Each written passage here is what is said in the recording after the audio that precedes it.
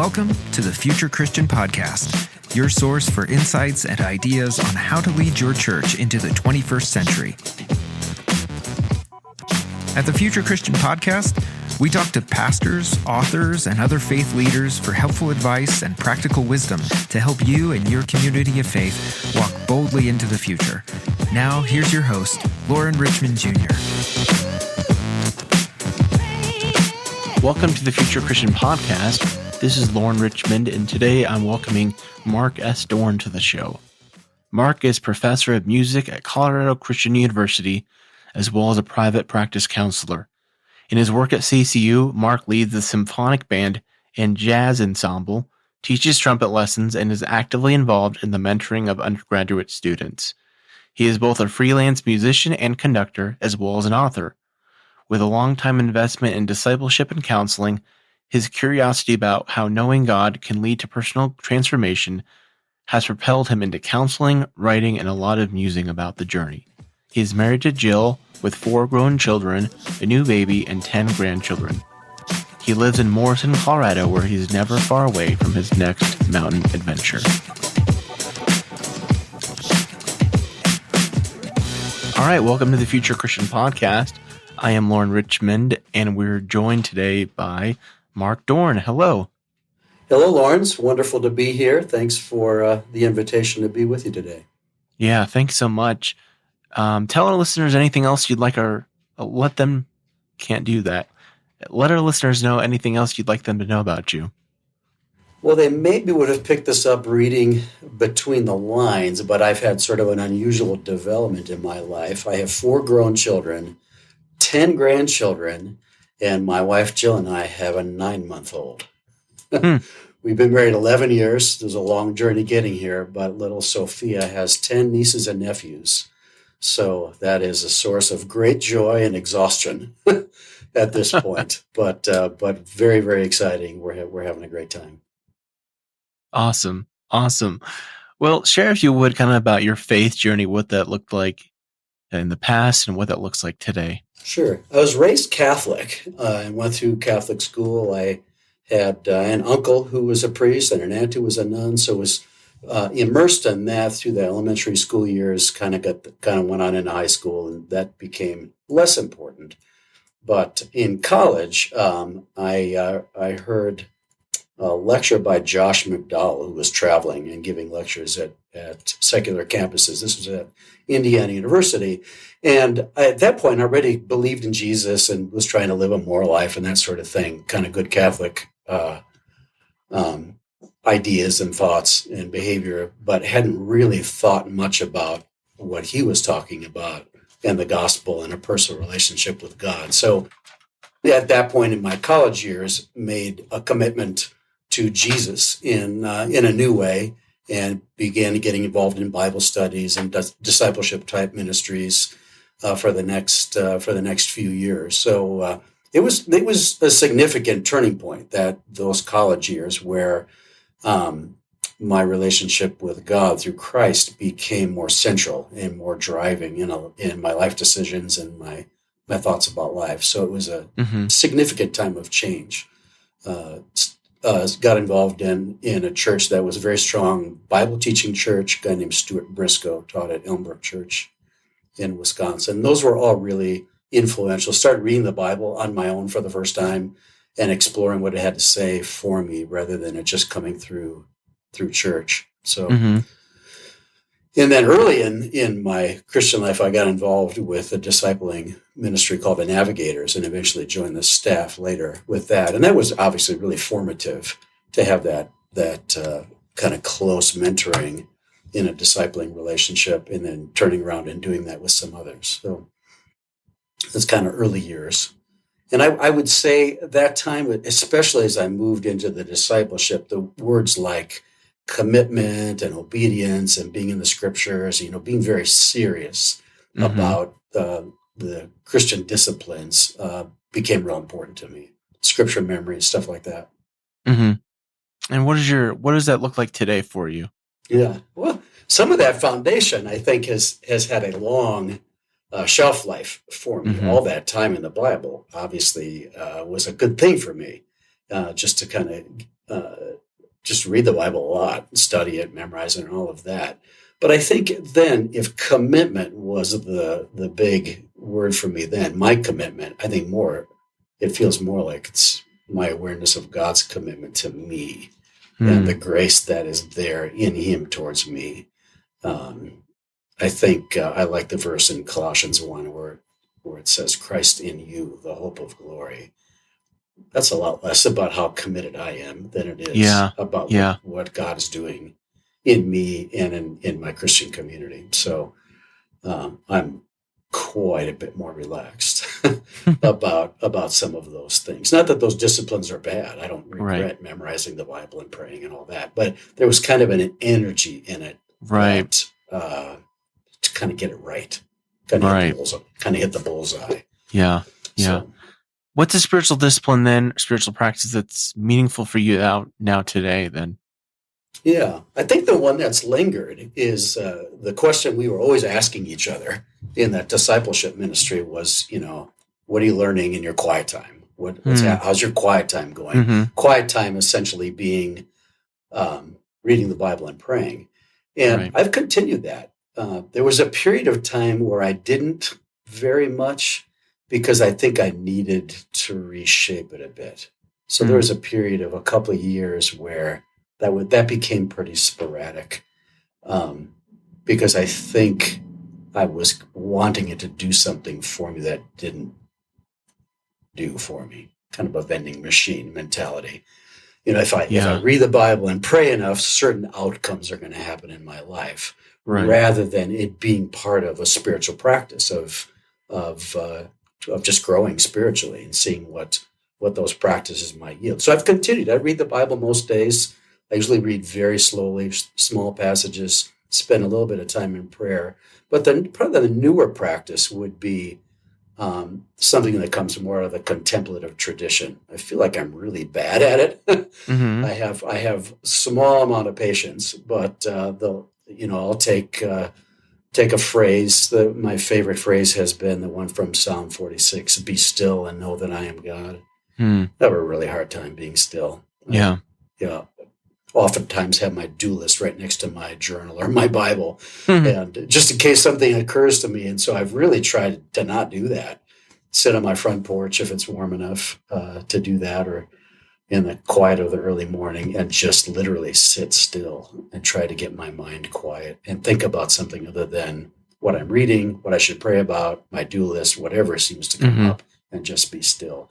So that's relatively new the last few years. My wife has kind of led the way in that. She's been a really faithful meditator. She can sit for 20, 30 minutes. I'm doing great if I'm up to 10, but it's been really good. It has been a grounding thing. Oh, that's awesome. Thanks for sharing that. Yeah. Appreciate it. I don't know if these are necessarily kind of traditional classical spiritual practices, but the outdoors is really important to me. Sure. I grew up in Wisconsin, so being outside in cold weather is no big deal. So I'll go for long walks year-round, spend a lot of time praying, thinking, just taking in nature, being aware of something bigger. Yeah. I love weather. I'm kind of crazy about weather. I was in Wisconsin a few years ago when that polar vortex hit the Midwest. Oh, man. And I was visiting my mom, and I got dropped off at the airport, and I went in. It was some crazy, like 25 below. And I decided to step back out so I could experience that weather. And I don't know if that's a spiritual practice, but it's definitely not work, and it's not anxiety. It's felt very, very, very alive. Yeah. Yeah. That's great. That's great. I don't know if that would be my choice to step out into polar vortex on purpose, but I'm glad it fills you.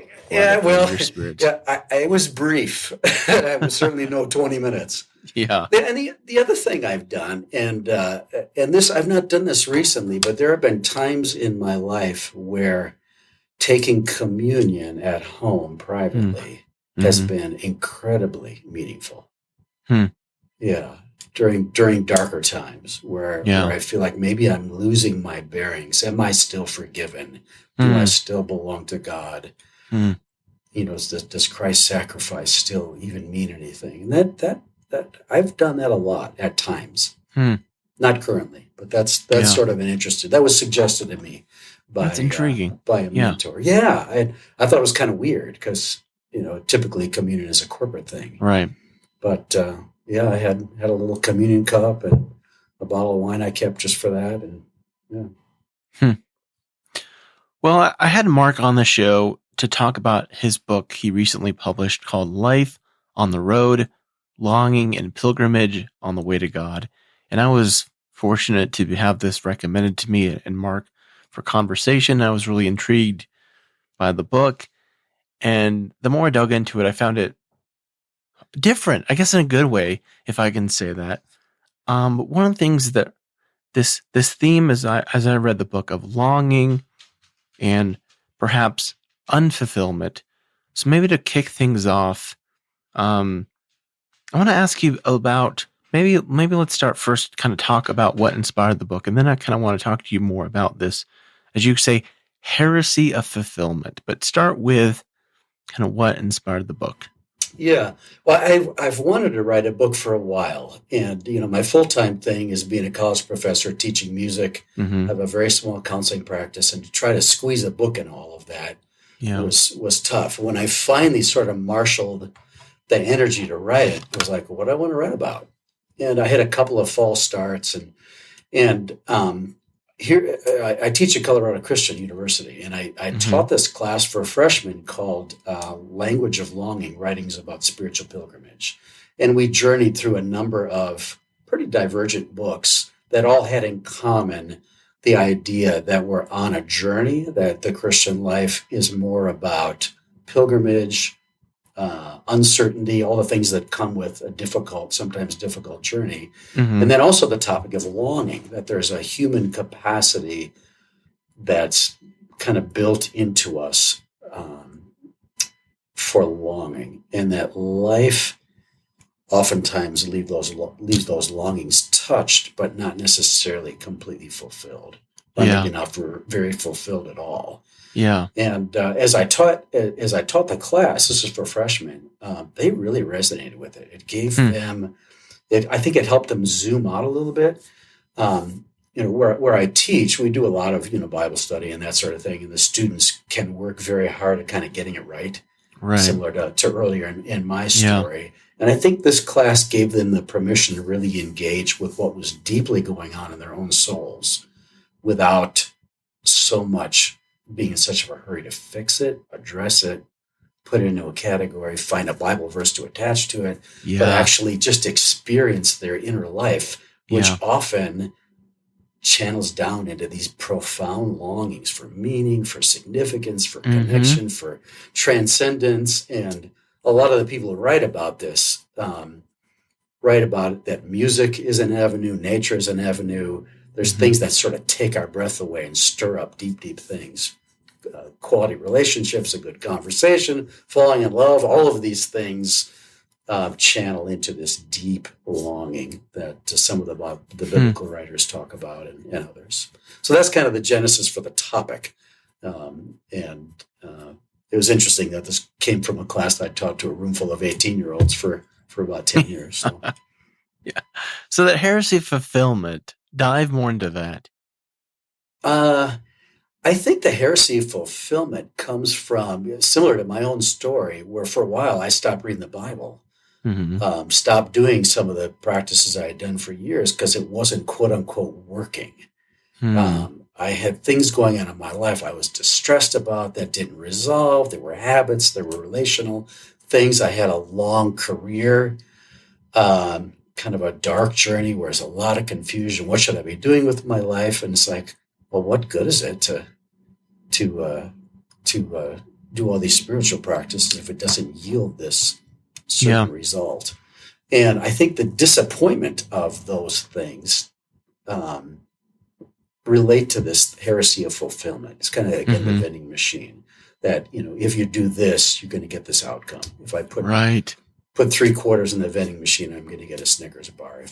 If I'm faithful in my Christian practice, well, surely my children will do well. I'll find a good career. I'll have enough money. Or even more deeply, I'll experience God in such a way that he's very real and close. and Right. doubt will go Yeah. away, and heartache will go away. And it's just, that's a heresy. I mean, That is not true.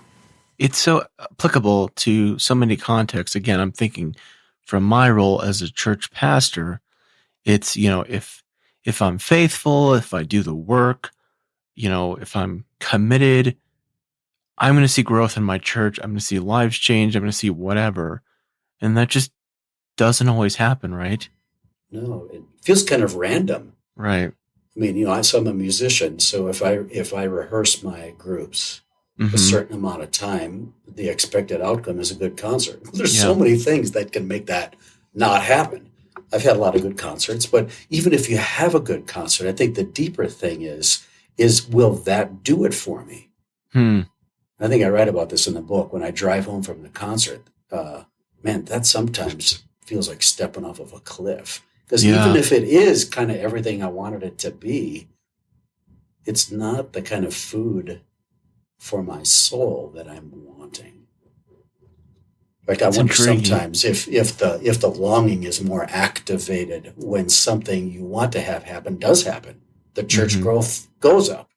You have a conversation like with my counseling work or mentoring work. I have a conversation. It seems like real change is taking place, but even that is not as sustaining as we would hope it would be. It's got to be something bigger. Talk about why darkness is a precious opportunity. Mm-hmm. Yeah, there's a whole chapter in the book on that. I think Isaiah 50 is the passage that I start the book with, where Isaiah talks about wandering around in the dark, and our natural inclination, if the room is dark, reach for a flashlight or a light switch. But in the spiritual life, I think sometimes really good things happen in places of darkness, of lack of resolution, of confusion, of bizarreness. Something's happened in our life. It's like, what was that? Can be an opportunity for personal transformation. And I sometimes wonder if this is God's favorite place to work in our life, where we don't have answers, where we can't rely on our resources, our giftedness, our talents, our training, whatever it is, and we're left with a lot of questions and not a clear direction. I think that's when I think of darkness. It's like I don't know where to go here. I don't know what to do. And is that an opportunity to reach for God in some ways we wouldn't if we had a clear path? Yeah, I just finished a book by Andrew Root, who's a seminary professor, Lutheran, I think, seminary professor. And one of the things he plays with in the book, I think, is this kind of like this. He critiques, as he sees it, in this culture of just in general, and then also how it's kind of crept into church and Christianity, of like depending on ourselves to be innovative and creative. And he doesn't use quite that language but he says something about like, when we're at our wit's end, when we have nothing, that's when we find, I don't know if he says the peace of God or something to that, the paradoxical fulfillment, right? Yeah. When I think sometimes those opportunities come when there's something big that happens. It's almost 20 years ago, my younger brother died in his sleep. But I didn't really have a path forward there. Grief is its own thing. And any kind of platitude that somebody would bring to me to bring some light into that darkness just annoyed the daylights out of me. So I think oftentimes it's those big things, but it can also be like just the ongoing paper cuts of futility. Last week, I took my jazz band to a music conference down at the Broadmoor in Colorado Springs. And the morning of, I get a text from one of my trumpet players that she's sick and can't come. No big deal, right? Well, but it was a big deal for me. I was really disappointed and frustrated and upset. And of course, what can I do about that? Nothing. And then we also found out the same morning that this people mover we were going to use was stuck in Nebraska. So at the last minute, I had to arrange a carpool for 20 people. And it was, I was pretty worked up. I was trying to do my be still and know that I'm God thing at 5:30 in the morning last Friday, and I could not be still. And I think it was an opportunity for me, even those are much more trivial examples than the loss of my brother. But I think it was an opportunity to be invited to, all right, there's really nothing I can do here. And is that okay? Am I okay with somebody else being in charge of the details of running the universe besides me? And I think that can be an opportunity for trust. Not necessarily that God's going to work all that out, but that ultimately everything of real importance is going to be okay. I think darkness can be an opportunity to get nudged in that direction. Yeah, I like that. I think this quote here again relates. You write that God's goodness is a part of God's nature, not demonstrated by the presence of blessing. And maybe this happens, I don't know if you'd agree, but I certainly see this kind of thinking very much in evangelical spaces where, God's blessing me, I've been faithful, I'm receiving God's blessing. And kind of the inverse is like, well, I'm not getting blessed, must be out of God's will, must be out of God's favor, whatever. But I appreciate you say that, at least as I understand it, that's not the case. Is that fair? Yes. Yeah. In fact, oftentimes you'll hear that sentence. Something will happen. The pregnancy test comes back positive. Right.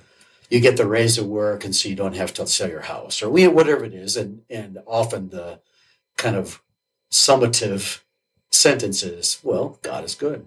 Yeah. Well, what about when those things don't happen? If he's only good when there's a clear presence of blessing. Yeah. Boy, I don't know that's a paradigm for living that's sustainable. Yeah. And I think people exit the Christian walk or journey over this one. Yeah. It's like God finally didn't come through again in this area. It's a line in the sand. Sometimes we don't know we've drawn it. Right. It's a line in the sand. And this is the last time I'm going to ask for this, hope for this, long for this, and I'm done. Yeah.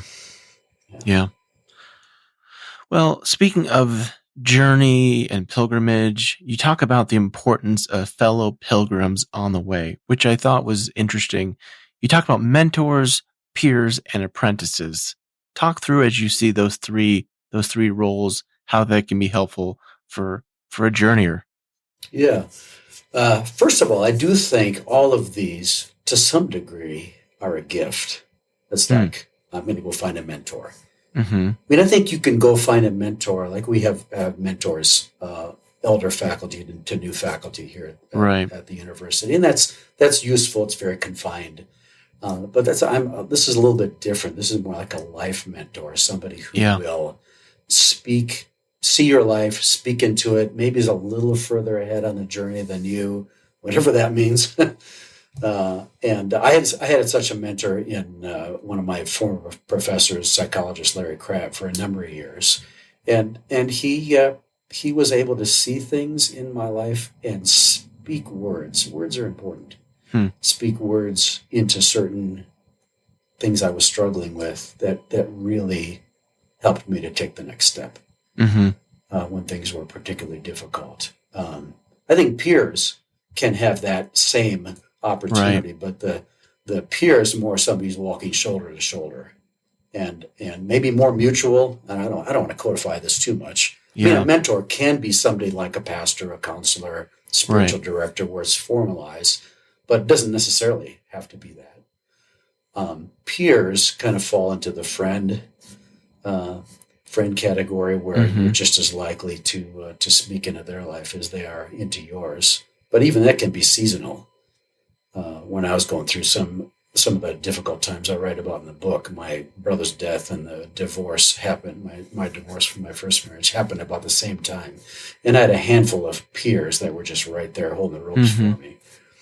And then the apprentices, I think you sent me some of these questions ahead of time. I just wrote down the word, be careful about apprentices. Because I think if we think, I think I'm really ready to take on an apprentice and mentor them. I don't know. I mean, I think interesting. I think that it's like, who's it for? It's got to be for them, not who's for it for? That's a good question. Who is it for? Oh man. And in some of my counseling training, we talk about this transference and countertransference. You're there for them. Yeah. But I think that's really important in this third category of apprentice. You're there to see them, to speak, and they may or may not to be seen. Back. Yeah, right. And if I'm an agent of change, thank God, I'm grateful for that. If I'm not, it's okay. Yeah. So I'm going back to that word, or the words you said, or the gift, that all are a gift, because it's a gift to speak into someone's life, and absolutely not something we should just take for granted or assume that we have the right to do, I imagine. And even it's definitely more art than science. Yeah. If you think I really have the sentence for them, I've had that thought many times, like in a counseling meeting or with a student. This sentence is gonna rock their world. Yeah, and it just falls on the floor between us. For some reason, my mind is going to the Seinfeld mentor-mentee episode with Ovaltine, and anyway,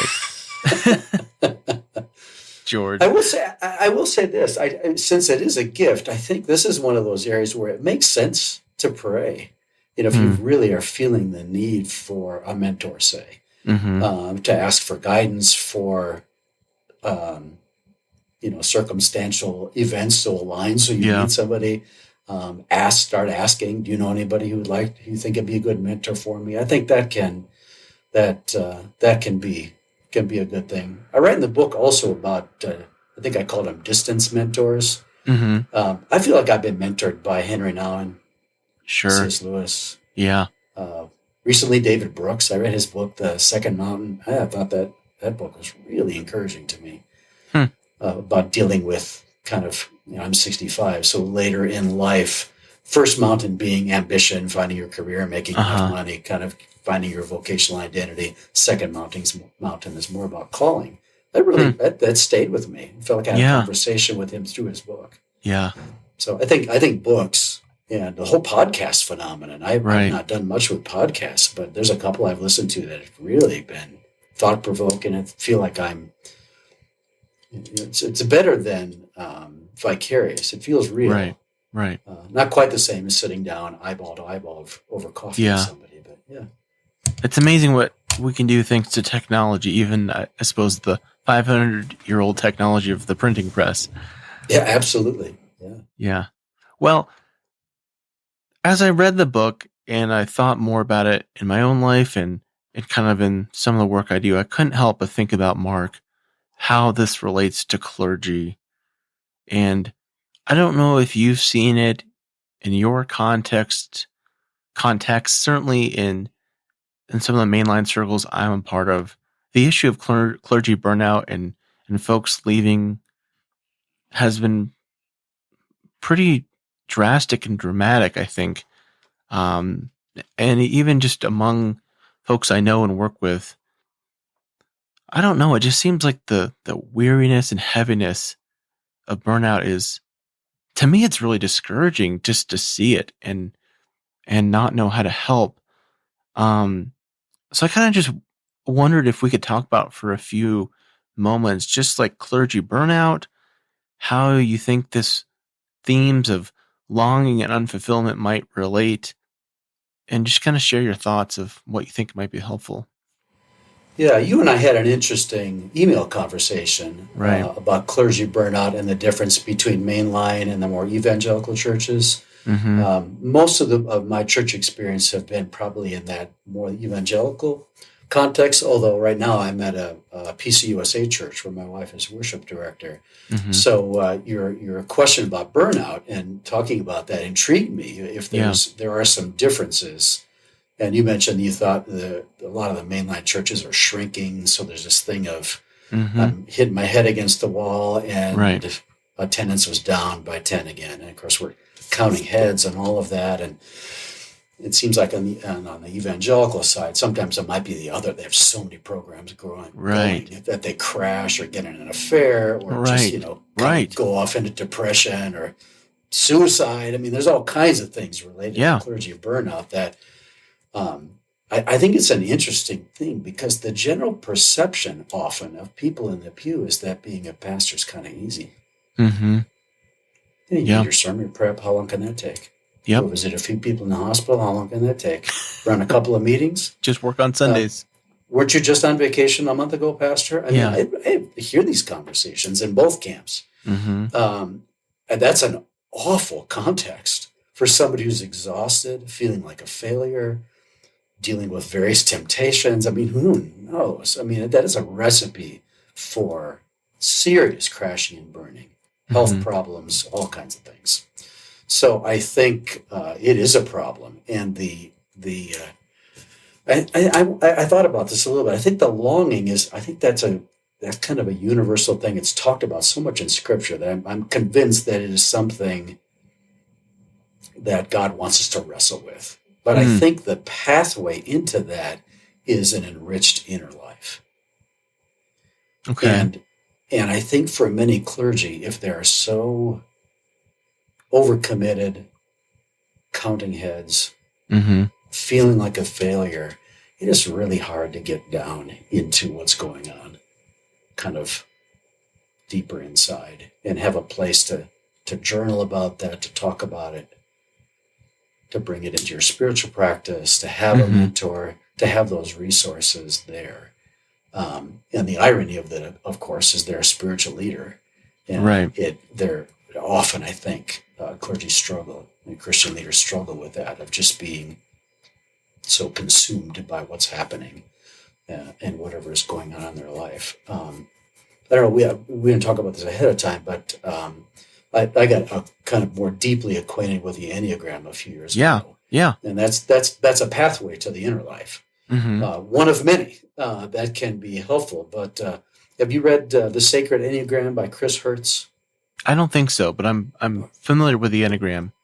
Yeah, a must read for clergy, I think. He talks about the Enneagram in a very rich way, but he also talks about the difference between recovery and restoration. And most of us who have been in ministry, and I think your question applies also to the parachurch worker, the person who's running a campus ministry or teaching a small Christian college. I mean, there's a lot of demands on our time and all of that, and we're trying to be spiritual leaders and all that. He talks about, he says, if when you have downtime, all you're ever about is recovery, eventually you're going to collapse. Whoa, yeah. There has to be practices that lead to actually restoration. Yeah.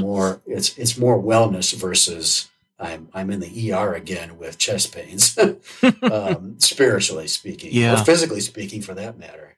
And I thought that is very helpful. Yeah. And that restoration happens, and he advocates for rest, reflection. And I think that's the inner life piece of it. Okay. And recreation, being outside, going for walks, seeing the mountains if you're in Colorado or whatever it is.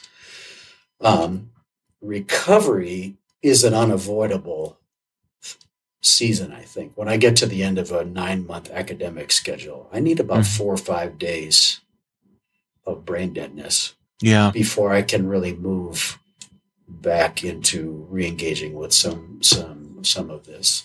But if I wait till May for that 4 or 5 days, I'm in danger of collapse. So I think for clergy, if there is not some strategy for restoration as you go through the rhythm of the years, I think that is difficult. And I think where my book gets into some of these deeper inner realities, longing, darkness, emptiness, sorrow, futility. Yeah. Those are inner life things that are triggered by our outer life. The church is shrinking. I feel like a failure. I'm discouraged. Right. What's the point? Right. Good job, God. I mean, all those things, and put Right. words to that is really important. Yeah. Because again, we're kind of talking through two contexts. A mainline context that's can be often shaped by challenge and decline and shrinking budgets. And again, this is broadly speaking, an evangelical context where it's often shaped by growth and hair on fire. And again, neither of which leaves much room for rest, reflection, No. or recreation. And both carry really strong amount of pressure, that external pressure. Yeah. Yeah. And how someone in clergy or pastor, minister, spiritual leader, how a person processes that pressure is really important. Yeah. Let me go to the other side of this, because something's stirring within me here. I want to hear your perspective on. Again, we've talked about unfulfillment. So I think I shared with you before we started recording. Again, I worked as a new church starter. The church unfortunately didn't make it through COVID. I mean, I carry a lot of, frankly, unfulfillment. Certainly a lot of pain and grief about how things went down there. Certainly had so much dreams and hopes for the future of the church. I mean, I'm not even sure what question to ask here, but I guess certainly that's a challenge that clergy face. Again, whatever context you're coming from, I can imagine. Talk more about that. Yeah, it's kind of like a capital D disappointment. Yeah. For somebody who's in ministry to have dreams that are tied to your relationship with God, your understanding of the gospel, and all of that, and it goes down anyway. Mm-hmm. Yeah, I don't want to address that too quickly. I mean, it feels like even the sorrow of that for you is kind of in the air as we talk. Sure. Yeah. It's just right there. It wasn't that long ago, right? No. No. We're talking about the last few years. Yeah. I can't imagine that your grief is quote unquote resolved. It's probably alive. Yeah. Right. And I think that's where we have to be careful with these big categories, not to rush too quickly to try to find a framework for processing it. Mm-hmm. 5 stages of grief. That's probably a helpful paradigm, but boy, you got to be careful with stuff like that. Mm-hmm. I'm trying to link this to some of my bigger D disappointments.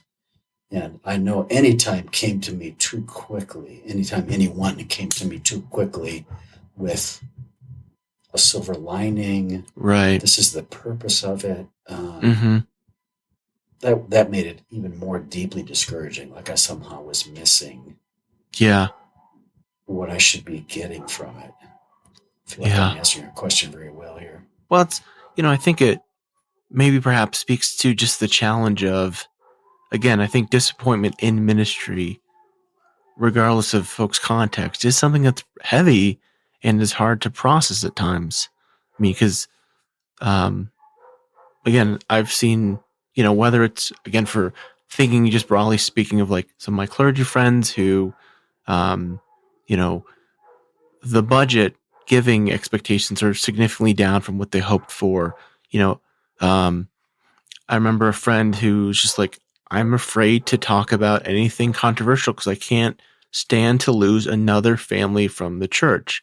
Another who's like, I don't know if I can, in a church appointment system, I don't know if I can stand to be moved at this point in my life, to a new church. Yeah, those are huge. Yeah. And I think the depth of those frustrations, sorrows, fears, there's a lot of fear in some of those, with the money and being afraid to declare what you really feel needs to be declared because you're going to step on another set of toes that will walk out the door. Right. I think those big feelings and aspirations need to be honored and put into words. So I'm glad you have had. I imagine you have a lot of conversations like this. Yeah. With fellow clergy. Do you find that act literally just kind of bringing oxygen into those feelings in conversation? Is it helpful? Well, generally? I mean, I think for me, it doesn't like, change anything. It doesn't change anything in the circumstance, but right. Is it helpful to the fellow clergy, to the friend? I mean, I think broadly speaking, yes. And part of this is coming from my own training as a hospital chaplain, is that, talking through things helps. So that's why I, strive to do it and strive to have these kind of conversations, because I think it is helpful.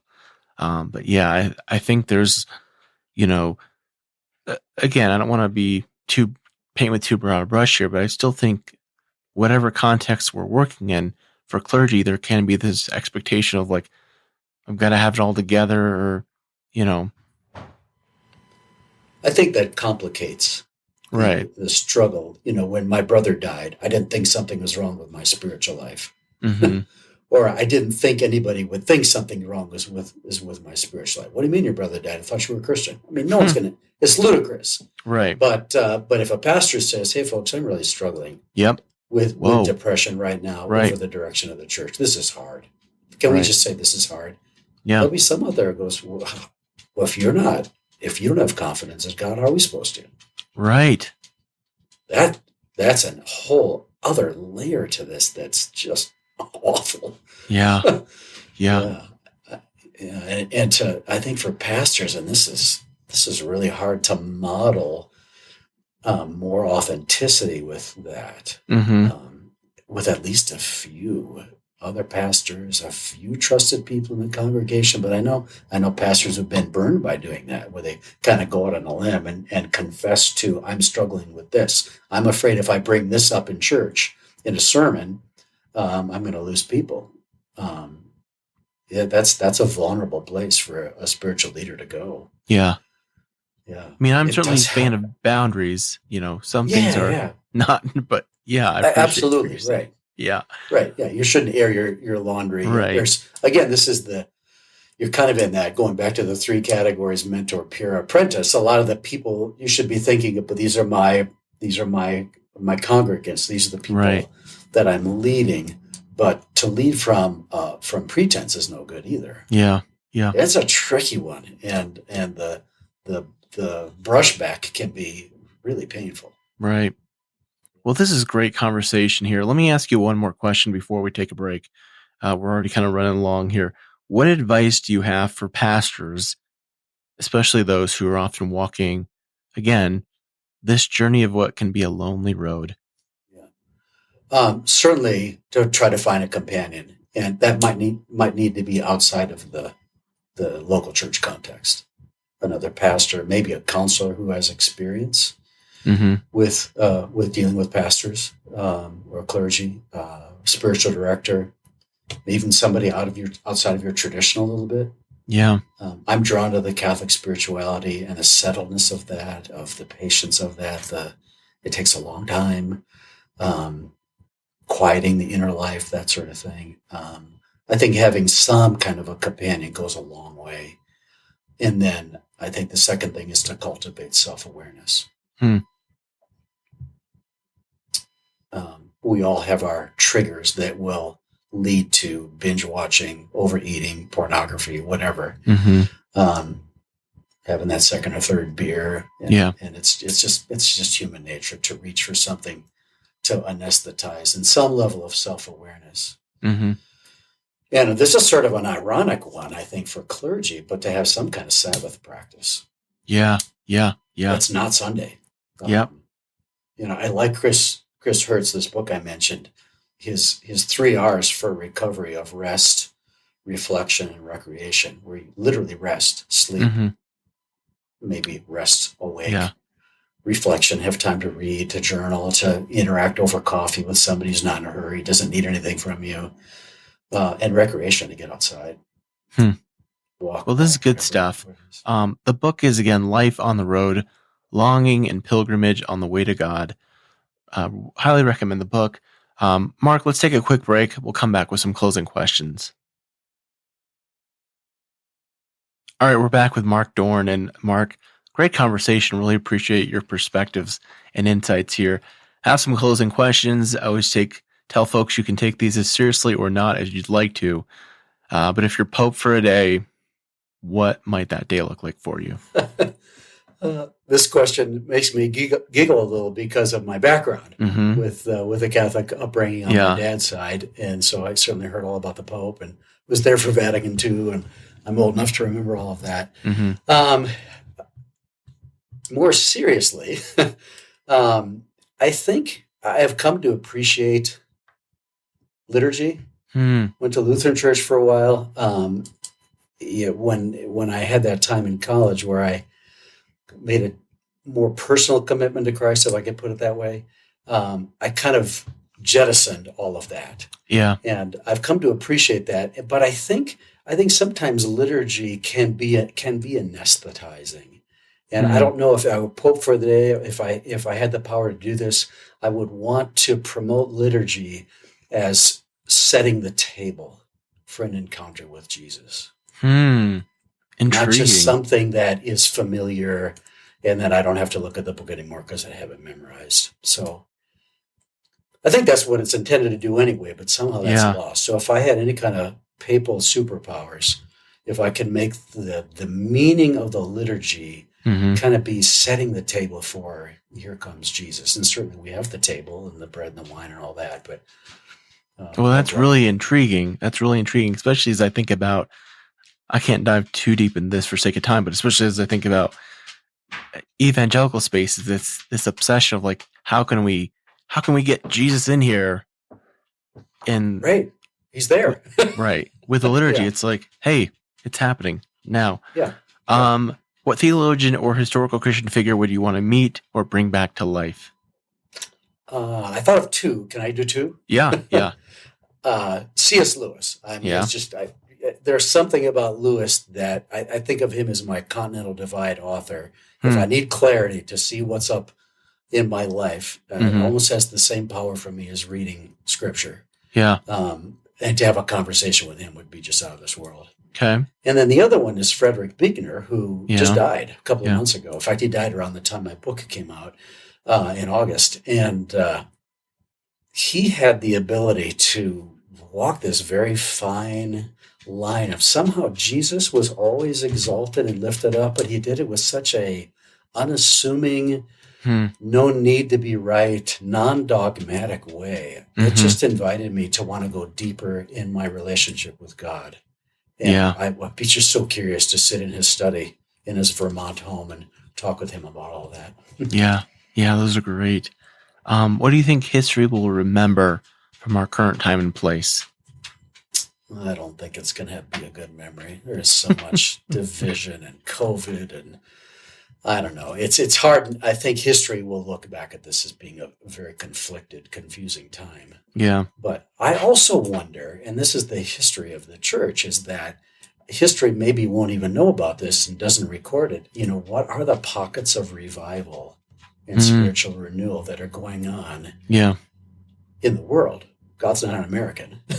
In the world, what's going on throughout the world, in the impoverished world, in the places where the church is persecuted, in places where the gospel has become sort of fossilized and turned into music. What's going on in secularized Europe? There are things going on during this time under the duress of widespread trauma. We've had trauma in the world because of COVID. And what do you hope for that? I thought you were done. If what I'm writing is true, that those dark and difficult places are fertile soil for God to work, what's he doing? I don't know how that will be recorded, but I hope that gets remembered in some way because I think it's happening. Yeah, that's good. What do you hope for the future of Christianity?